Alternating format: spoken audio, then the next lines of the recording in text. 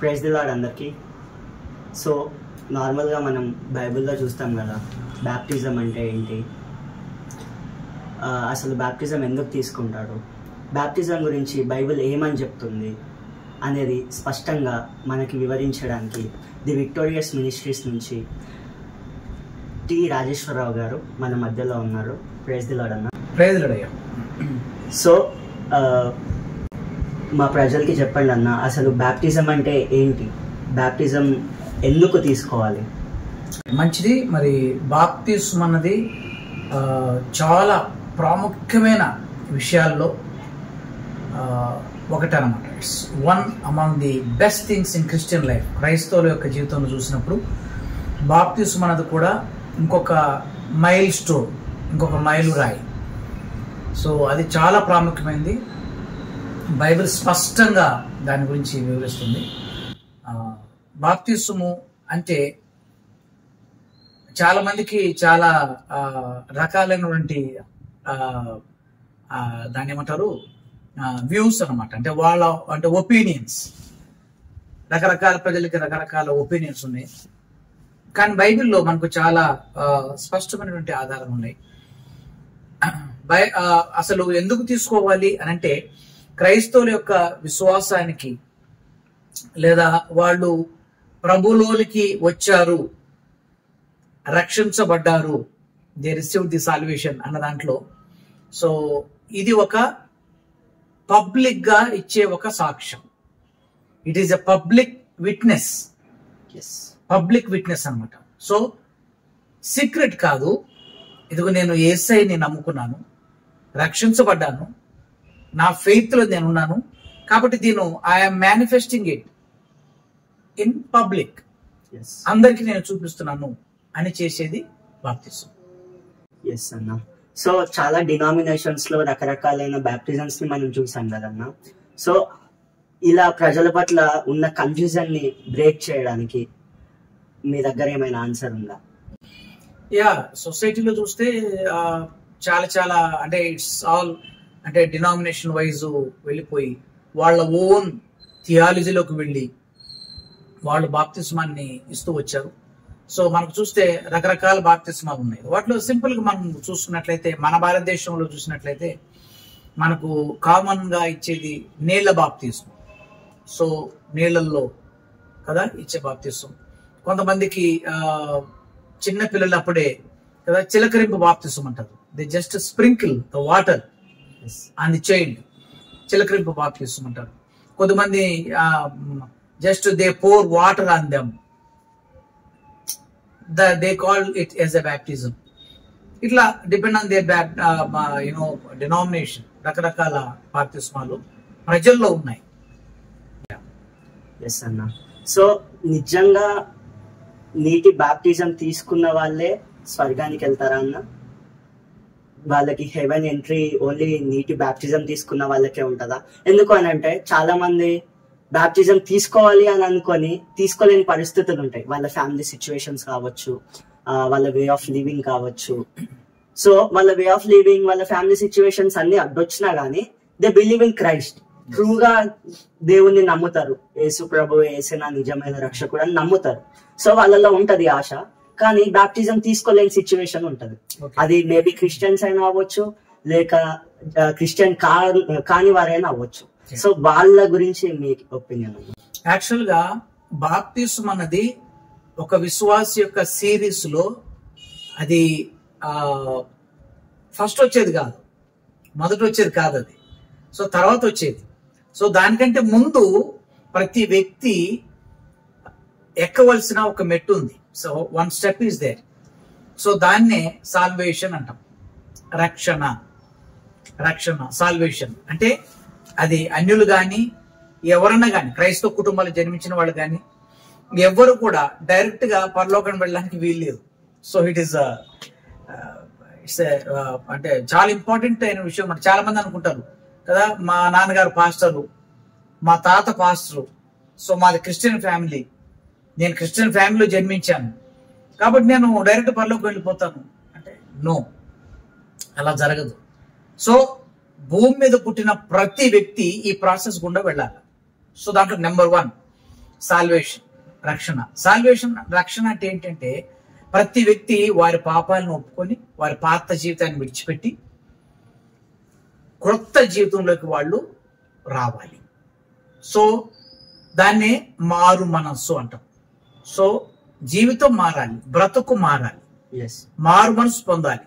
పొంది యేసే నా రక్షకుడు, నా సొంత రక్షకుడు, ఈజ్ మై పర్సనల్ సేవియర్ అని ఎవరైతే అంగీకరిస్తారో, విశ్వాసం ఉంచుతారో, దే విల్ బి సేవ్డ్.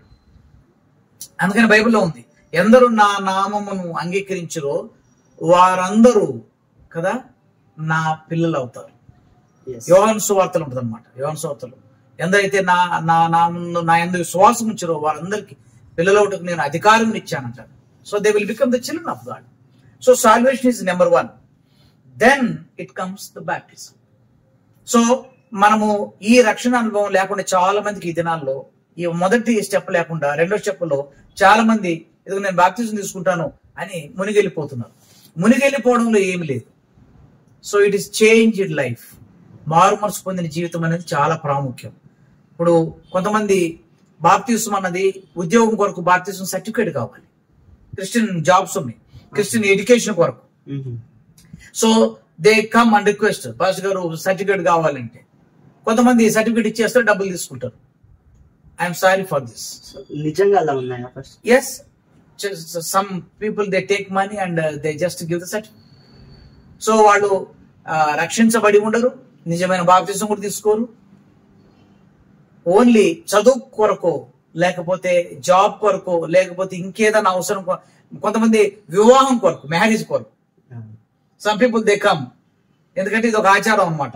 అమ్మో బాప్తిజం తీసుకోకుండా పెళ్లి చేసుకోండి. బాప్తిజం ఎందుకు తీసుకోవాలో తెలియదు వాళ్ళకి. చూసారా? సో దట్ ఈస్ ఇంపార్టెంట్ అనమాట. So first salvation, then it comes to baptism.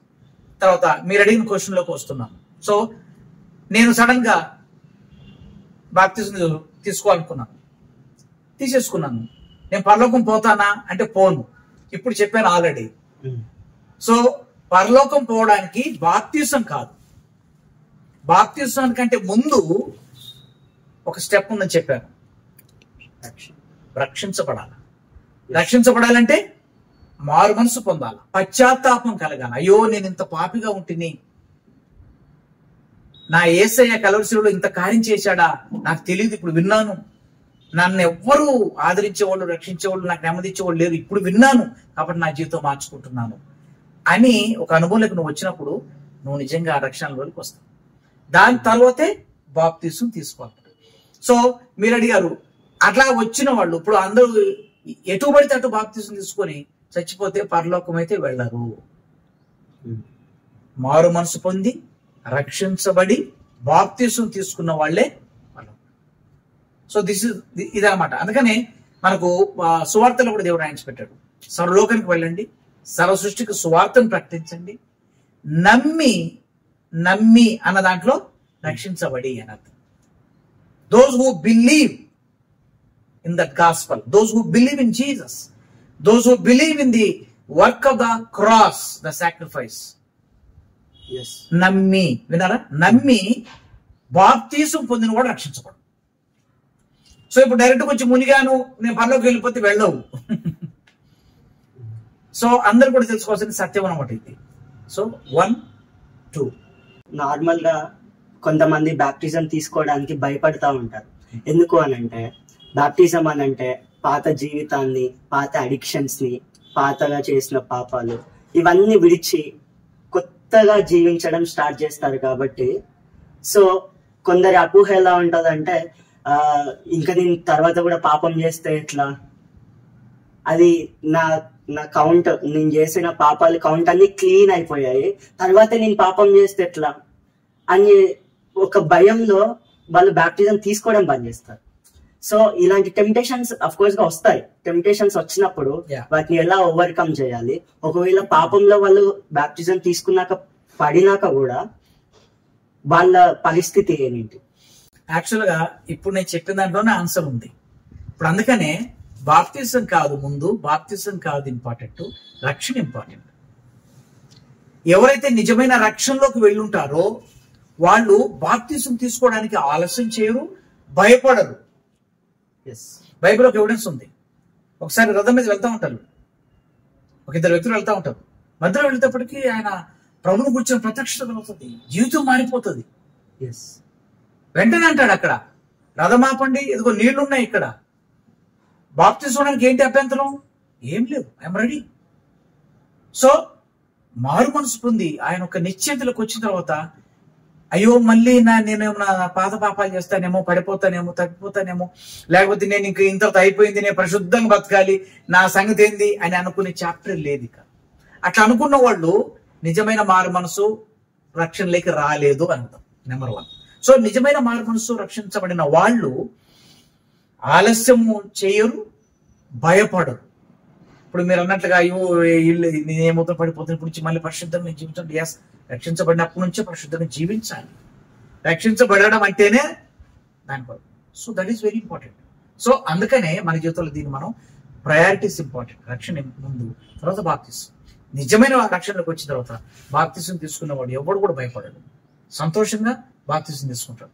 ఎవరి వైపు చూడాల్సిన అక్కర్లేదు. వాళ్ళ అయ్యో పడిపోతానని ఆలోచించిన అవసరం లేదు, వెనక్కి వెళ్ళిపోతున్న ఆలోచించిన అవసరమే లేదు. ధైర్యంగా బాప్తిసం తీసుకుంటాడు. ఒకవేళ తీసుకొని పాపంలో పడిపోతే? Right question. సో దానికి ఇమ్మీడియట్ క్వశ్చన్ అది. So I appreciate you, good question it is. So రక్షించబడ్డాము, బాప్తిసం తీసుకున్నాము, మంచిగా ఉన్నాం, హ్యాపీగా పోతా ఉన్నాం. కానీ సడన్ గా ఏదో ఒక టైంలో ఏదో ఒక కారణాన్ని బట్టి మళ్ళీ ఒక పాపం చేసేసాము. ఇట్ హ్యాపెన్స్, జరుగుతుంది, అది జరుగుతుంది. బైబిల్లో కూడా మనకు ఎవిడెన్స్ ఉన్నాయి. పడిపోయిన ఉన్నారు, వెనక పడిపోయిన ఉన్నారు కదా. మన జీవితంలో కూడా జరుగుతుంది, కొన్నిసార్లు వెనక్కి వెళ్ళిపోతుంది.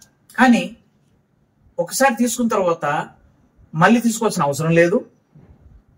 రెండోది, ప్రతి దానికి కూడా ఏసే దగ్గర ఇంకొక ఛాన్స్ ఉంటుంది మళ్ళీ. సో ప్రాబ్లం ఏంటంటే మళ్ళీ తిరిగి నా దగ్గర రమ్మంటాడు అన్నమాట.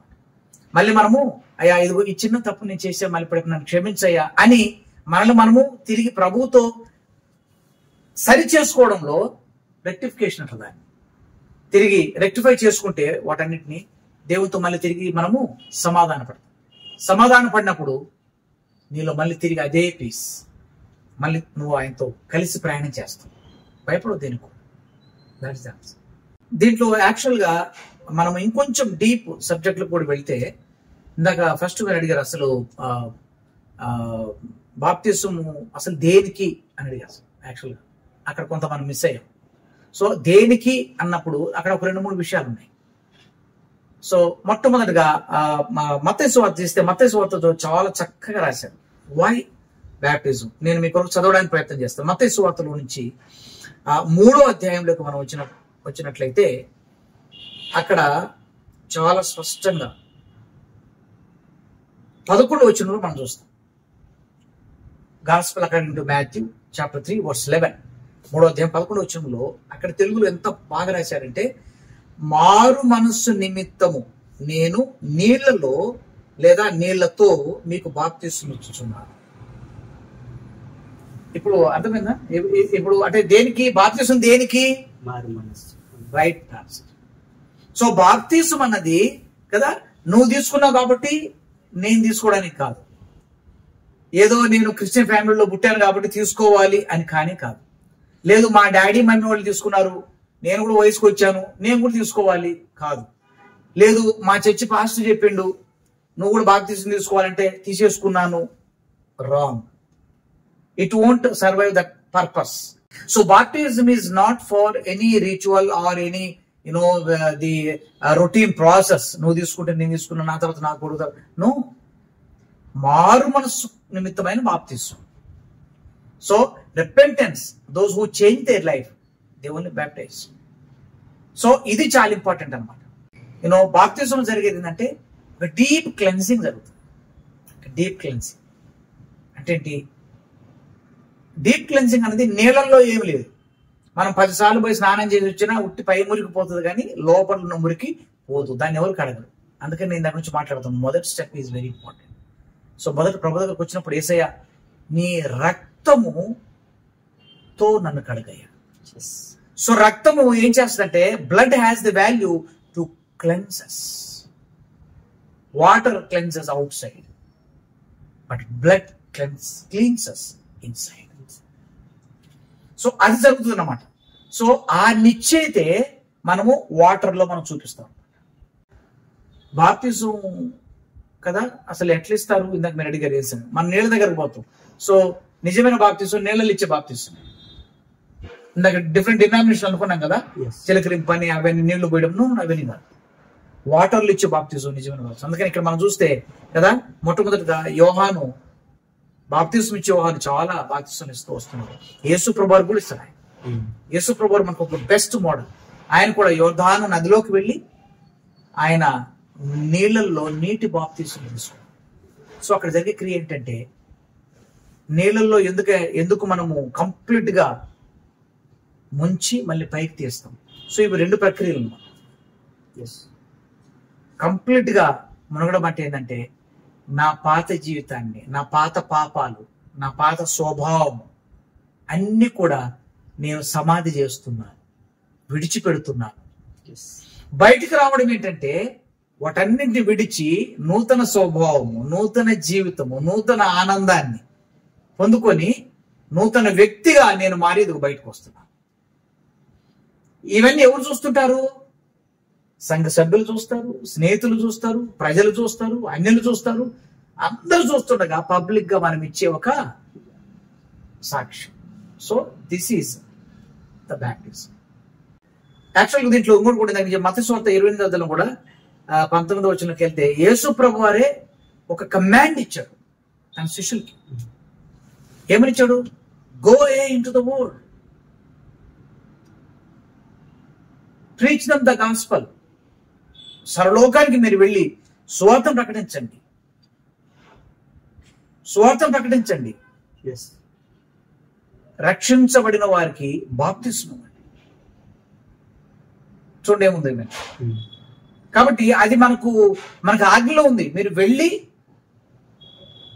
సువార్తను ప్రకటించండి, మారుమనసు పొందిన వారికి ఏం చేయాలంట? బాప్తిస్మం. That is the commandment. Yesu ప్రభువారు మనకు ఆజ్ఞించండి, వెళ్ళి చేయమని శిష్యులకు ఆజ్ఞించండి. మనకు కూడా అదే ఆజ్ఞ. So it is like an obedience. Yesu ప్రభువారి యొక్క ఆజ్ఞకు విధేయత చూపించడం కూడా దాంట్లో భాగం.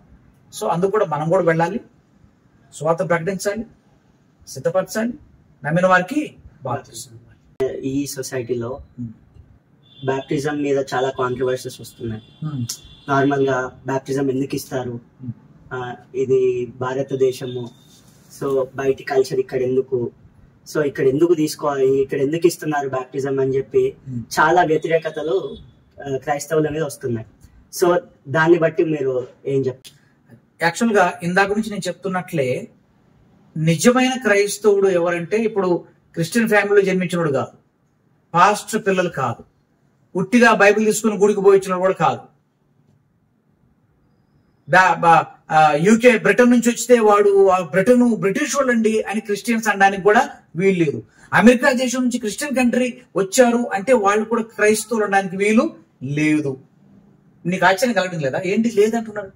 అసలు కారణం అంటే, ఎవడు నిజమైన క్రైస్తవుడు అంటే, ఎవరైతే పశ్చాత్తాపడి మారు మనసు పొంది, యేసే నా కొరకు ఆయన ఒక్కడే కల్వరిశిలువలో ప్రాణం పెట్టాడు, గాయములు పొందాడు, రక్తాన్ని కార్చాడు, వాటి ద్వారా నాకు రక్షణ, నా జీవితాన్ని మారుస్తుంది, మై లైఫ్ విల్ చేంజ్ అని అనుకుని జీవితాన్ని మార్చుకుంటారో వాడు నిజమైన క్రైస్తవుడు. వాడు పబ్లిక్ లో తెలియజేసే సాక్ష్యమే బాప్తిజం. కాబట్టి ఇది ఏదో వేరే దేశం నుంచి వచ్చింది అనడానికి వీల్లేదు. బైబిల్ బోధించిన ఒక గొప్ప విషయం ఇది. ఎవరిని పడితే వాళ్ళు ముంచేసి పంపించేస్తే వాడు క్రైస్తవుడు కూడా కాదు. మేమే చెప్తాం వాడు క్రైస్తవులు కాదు. వాళ్ళు నేను ఇప్పుడు ఆ లెక్క నుంచి రోజు ఒక 100 మందికి నదిలో ముంచి పంపిస్తాను నేను. వాళ్ళు క్రైస్తవులు కాదు, వాళ్ళ లిస్టులో రారు. బైబిల్ ఒకటి యాక్సెప్ట్ దెమ్ యాజ్ క్రిస్టియన్స్, అంగీకరించరు. ఎవరు క్రైస్తవుడు అంటే, మారు మనసు పొంది వాళ్ళ పాపం నుంచి పశ్చాత్తాపడిన వాడు రక్షించబడతాడు. వాడిని బాప్తిజం తీసుకుంటే వాడు ఫుల్ ప్రెడ్జిల్లోకి వచ్చిన ఒక క్రైస్తవుడు అవుతాడు. కాబట్టి దీంట్లో కాంట్రవర్సల్ కావాల్సింది ఏం లేదు. నేను రోజు ఒక 100 బాప్తిజం చేస్తే అందరూ క్రైస్తవులు అయిపోతారు అనడానికి వీలు లేదు. నిజమైన క్రైస్తవులు ఎవరు నిజంగా ఉంటారు. అందుకని చూడండి, కొంతమంది ఇప్పుడు మన దేశం కూడా చాలా జరుగుతున్నాయి, చాలా హింస జరుగుతుంది, పరిష్కృషణ జరుగుతుంది పాస్టర్ల మీద, సంఘాల మీద, విశ్వాసాల మీద. కొంతమంది వాళ్ళ విశ్వాసాన్ని దే ఆర్ డిక్లేరింగ్ ఏమని ఇది మత మార్పిడి కాదండి, మా బ్రతుకు మార్పిడి, నా జీవితం మారిపోయింది, నాకెవరో డబ్బులు ఇస్తే నేను ఈ మతంలో లేను, నాకేదో గిఫ్ట్లు ఇస్తే నేను ఈ మతంలో లేను, యేసయ్య నా జీవితం మార్చేశాడు, చచ్చిపోవాల్సిన నన్ను ఆయన బ్రతికించాడు, కాబట్టి నేను చావడానికైనా సిద్ధం యేసయ్యకి, ఈ ఫెయిత్ నుంచి నేను బయటికి రాను అని వందల వేల మంది సాక్షరిస్తున్నారు. సో అది నిజమైన క్రైస్తవం. సో మనం భయపడాల్సిన అక్కర్లేదు దేని. ఓకే అన్న, థ్యాంక్ యూ సో మచ్, ఇంత మంచి విలువైన విషయాలు మాకు చెప్పారు. సో చూసారు కదా, ఈ బాప్టిజం గురించి ఉన్న విషయాలన్నీ పాస్టర్ గారు చెప్పారు. సో మీకు ఇంకా ఎలాంటి స్పిరిచువల్ డౌట్స్ ఉన్నా కానీ, మీకు ఎలాంటి సందేహాలు ఉన్నా కానీ కింద కామెంట్స్ లో మెన్షన్ చేయండి. దాన్ని బట్టి నేను ఇంకా అన్నయ్యని క్వశ్చన్స్ అడుగుతూ ఉంటాను, అన్నయ్య చెప్తూ ఉంటారు. So feel free to ask any type of question biblically. ఓకేనా? Thank you so much for watching.